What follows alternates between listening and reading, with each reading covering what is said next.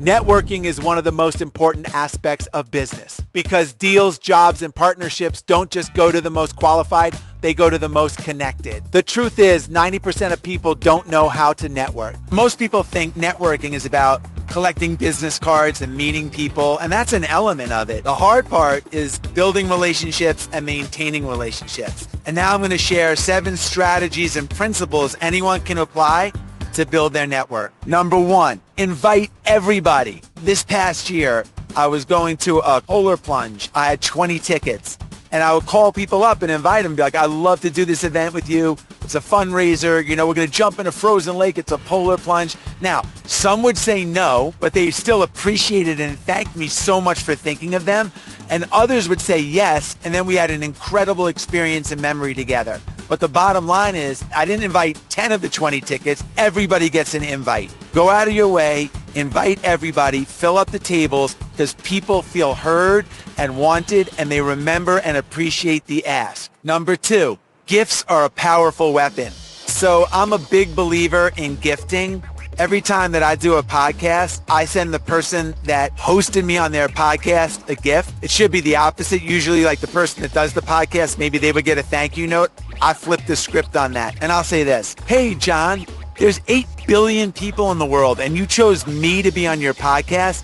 Thank you so much. As my appreciation, I want to send you this, whatever you're sending, a book, a gift card, a watch. I don't know. Gifts can be a really big part of your business strategy and certainly of your networking strategy. And a gift doesn't have to be expensive. It's the gesture and the thought. When people least expect it, that's the key. Gift them. Number 3, 3-minute-a-day rule. So networking isn't about collecting business cards. It's not even about how many people you know.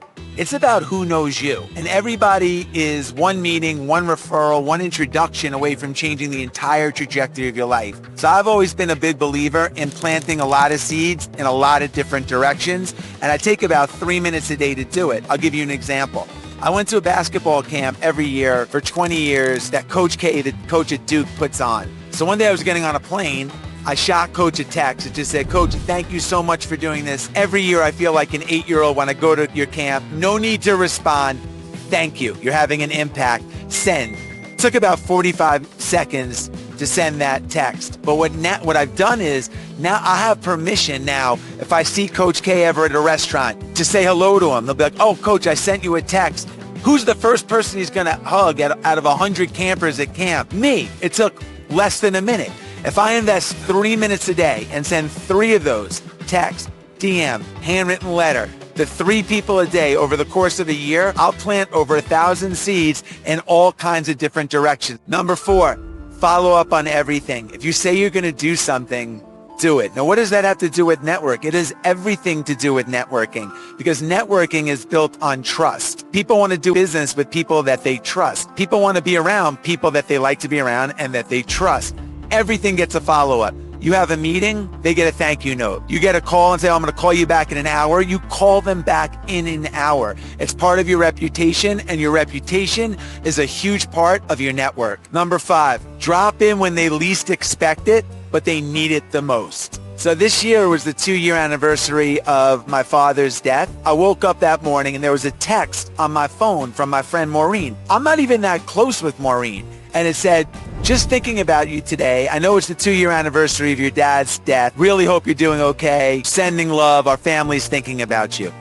How in the world did Maureen remember that it was the 2-year anniversary of my father's death? I have over 10,000 people in my contact list. Of those 10,000, Maureen's the only person that reached out to me 2 years after my father died. Unbelievable networking tool. And I'm sure she didn't do it to network. She wanted to reach out to me on this day, but I'll never forget it. And anything Maureen wants, I'll do for Maureen just because of that simple gesture. I actually call that Mo's rule. That's Maureen's rule. So one thing you could do is just make a list of people in your life that are important to you and big moments in their life. Call them on the anniversary of those days. Maybe they stopped drinking. Maybe they stopped gambling. Maybe it was a victory or a celebration or an anniversary of selling their company. Whatever. Reach out to them when they least expect it and they need it the most. Number 6, show up. People do business with people that they see all the time and people that they trust.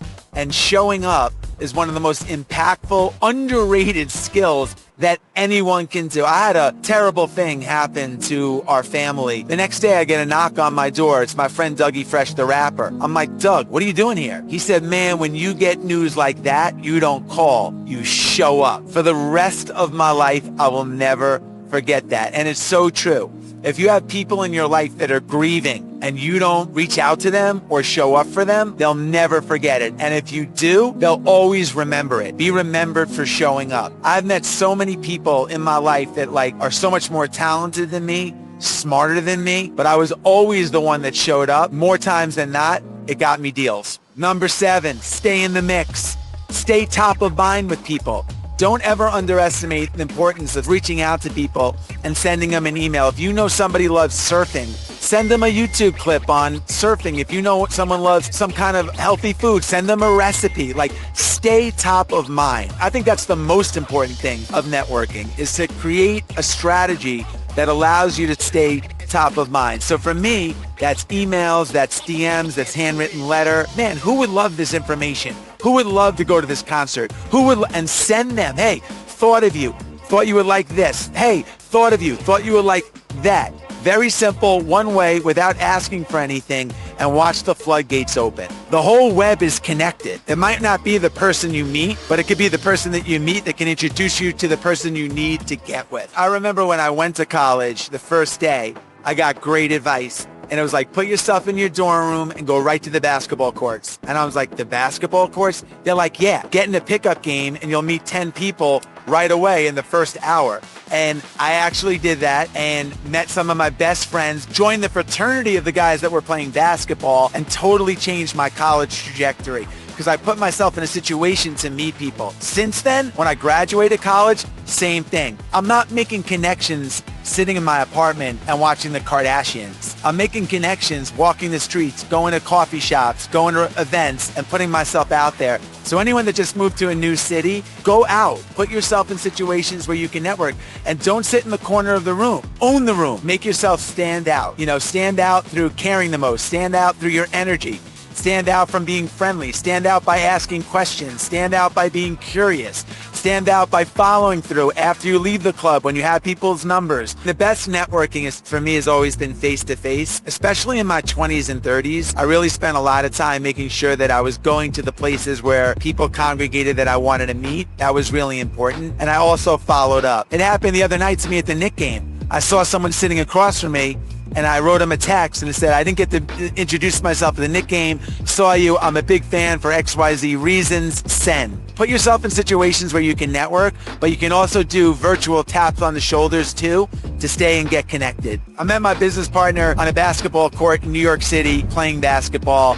He was in the apparel business. I owned the Go New York Go, the trademark at the time for the Knicks. I wanted to put the Knicks song on a t-shirt. I went to him and we built 4 businesses together after that for a lot of money. Every situation's an opportunity. Standing online at a coffee shop is an opportunity. My brother's close friend was at a bar and met a guy at the bar that gave him a job at his hedge fund. They ultimately became partners and ultimately became billionaires. Totally true story. Now that's 1 in a zillion, but it happened. He put himself in a situation to meet somebody, network, and worked himself up through talent, skill, and everything else. So it happened. The most important deals that have come to me or that I've been involved with are with people that I met in my 20s, 30s, and 40s. They're not people that were from my hometown or that I grew up with. The more people that know you, the better the chance is that you're going to meet that one person, have that one meeting that can change the entire trajectory of your life.